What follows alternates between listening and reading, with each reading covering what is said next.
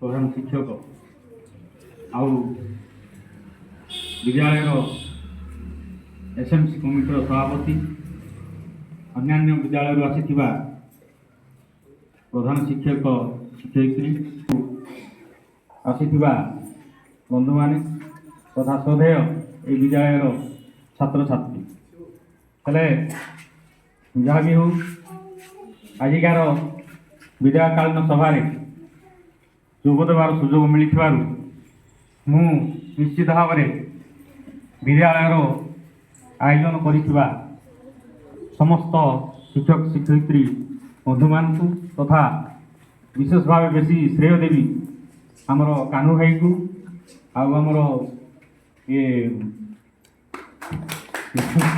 ଆମର ଜୟବେଳା ସାଳ।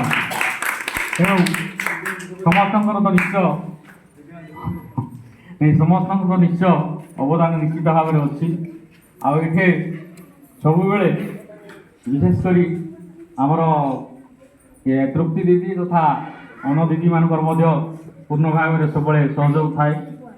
ତେଣୁ ମୁଁ ବିଶେଷ କିଛି କହିବିନି, ଏତିକି ଗୋଟେ ଜିନିଷ କହିବି ଯେ ଆଜିକାର ବିଦାୟକାଳୀନ ସଭାରେ ଉପସ୍ଥିତ ଥିବା ଆମର ରାଜେଶ୍ୱର ଦିଦି, ତାଙ୍କ ସଂସ୍ପର୍ଶରେ ମୁଁ କିଛି ଆସିଛି ଯେ ତାଙ୍କର ସେଇ ଯେଉଁ ମୋ ଆଗରୁ ବି ଦିଦିମାନେ ସାର୍ମାନେ ବି କହିଗଲେ ଯେ ଅତି ସ୍ନେହବଳା କଥା ତାଙ୍କର ସବୁବେଳେ ଆମର ବି ମନେ ଅଛି, ପିଲାମାନଙ୍କର ବି ମନେ ରହିବ।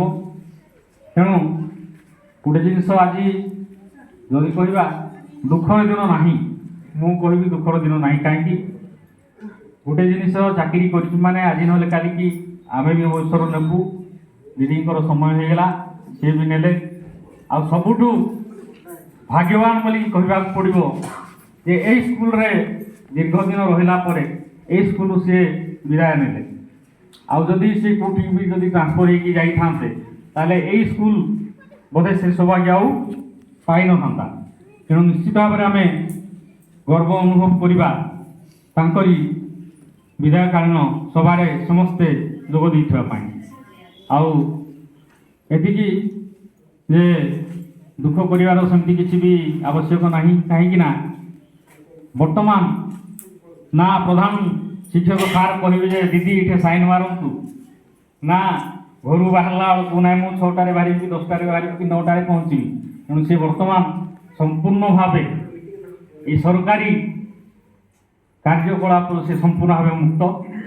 ତେଣୁ ଏଇଟା ସ୍ୱାଧୀନ ଭାବରେ ବଞ୍ଚିବାର ସୁଯୋଗ ତାଙ୍କୁ ବର୍ତ୍ତମାନ ଭଗବାନ ଦେଇଛନ୍ତି। ତେଣୁ ନିଶ୍ଚିତ ଭାବରେ ଏଇଟା ସୁଖର କଥା।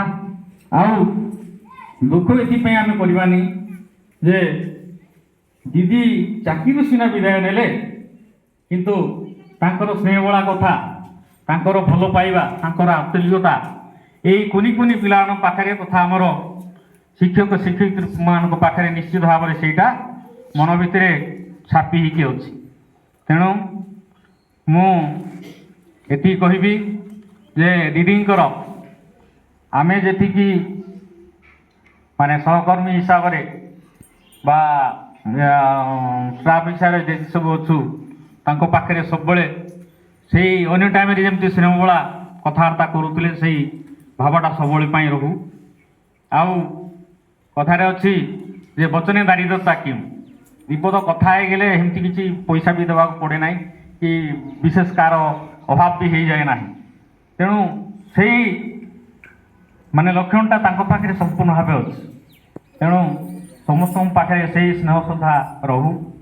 ଆଉ ପିଲାମାନଙ୍କୁ ମଧ୍ୟ ମୁଁ ଏତିକି କହିବି ଯେ ଦିଦି ଯଦି ବି ଆଜି ଏହି ବିଦ୍ୟାଳୟରୁ ବିଦାୟ ନେବେ କିନ୍ତୁ ତଥାପି ସିଏ ଆମ ଗହଣରେ ଅଛନ୍ତି।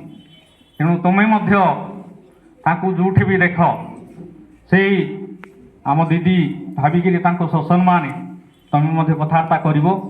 ଦିଦିଙ୍କ ପାଖରେ ସେମିତି କିଛି ଏତେ ଅଭାବ ଥିଲା ଭଳିଆ ଜିନିଷ ମୁଁ ଆଦୌ ଲକ୍ଷ୍ୟ କରୁନାହିଁ।